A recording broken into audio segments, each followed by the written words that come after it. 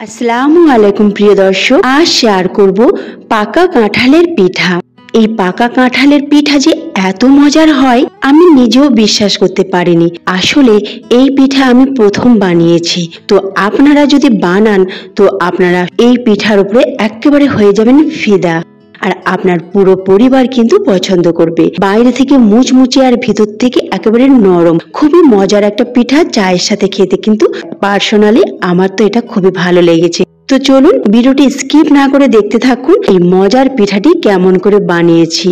বিসমিল্লাহির রহমানির রহিম। এখানে আমি 9 পিস কাঁঠাল নিয়েছি। তো কাঁঠাল আপনারা নরম বা শক্ত যে কোনো নিতে পারেন, তবে নরম আর মিষ্টি হলে বেশ ভালো হয়। এবার কাঁঠালের দানাগুলোকে সব বার করে নেব। আর কাঁঠালের ভিতরে একটা লেয়ার থাকে, সেই লেয়ারটাকে বার করে পরিষ্কার করে নেব। আর সমস্ত কাঁঠালকে গ্রাইন্ডিং জারে পিষে নেব। সমস্ত কাঁঠালকে আমার পিষে নেওয়া হয়ে গেছে। এবার একটা বাটিতে ঢেলে নিলাম।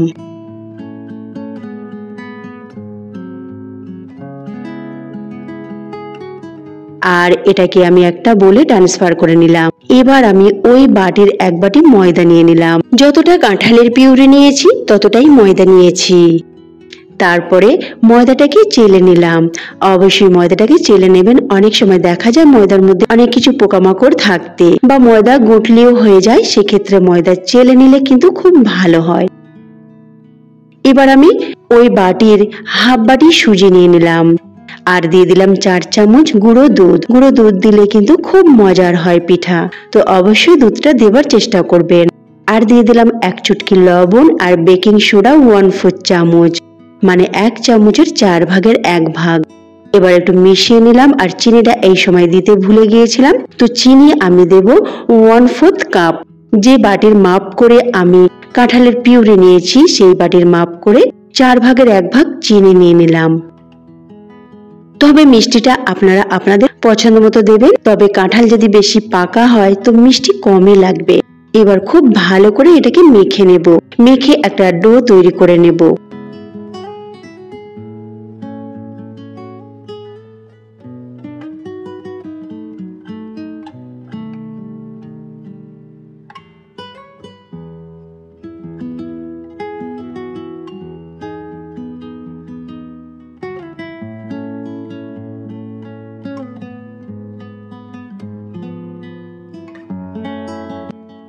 আমার মেখে নেওয়া হয়ে গেছে। একেবারে থকথকে একটা ডো তৈরি হয়েছে, যেটাকে আমি রেস্টে রাখবো।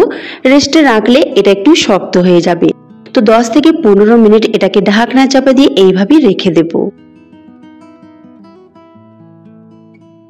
10 মিনিট পর আমি চেক করে নিচ্ছি। দেখুন এটা অনেকখানি শক্ত হয়ে গেছে। সুজি একেবারে ফুলে গেছে আর সব রসগুলোকে টেনে নিয়েছে। এবার এটাকে খুব ভালো করে মুথে নেব।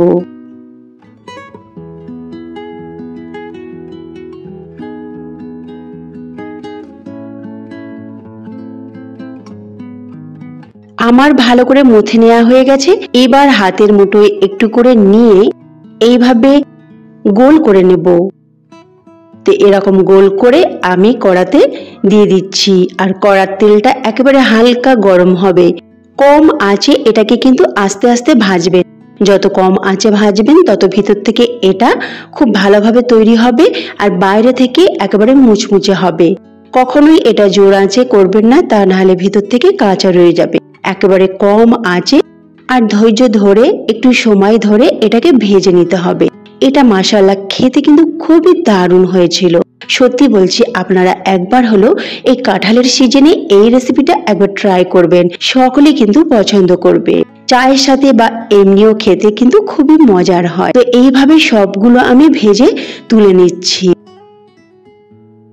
আর এরকম লাল লাল করে ভেজে নিচ্ছি। হালকা আঁচে খুব সুন্দর করে ভেজে তুলে নিচ্ছি। তারপরে একটা প্লেটে নিয়ে নেব।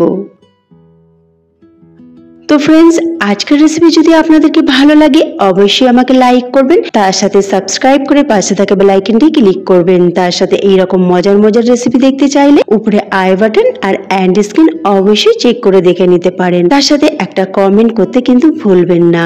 আপনার একটা কমেন্ট আমার কনফিডেন্সকে বাড়িয়ে দেয় আর আমাকে নতুন নতুন রেসিপি বানাতে খুবই হেল্প করে। তার সাথে আপনার ফ্রেন্ডস রিলেটিভদের কাছে শেয়ার করতে ভুলবেন না। দেখুন সবগুলো আমার ভেজে নেওয়া হয়ে গেছে, একটু ঠান্ডা হতেই আমি পরিবেশন করে নিচ্ছি। দেখুন ভেতরের স্ট্রাকচারটা কত সুন্দর হয়েছে, দেখতে যেমন সুন্দর খেতে তার থেকে মাশাআল্লাহ দারুণ হয়েছিল। তো অবশ্যই এই রেসিপিটা ট্রাই করবেন আর আমাকে কমেন্ট করে জানাবেন কেমন আপনাদের লেগেছে। আল্লাহ হাফিজ।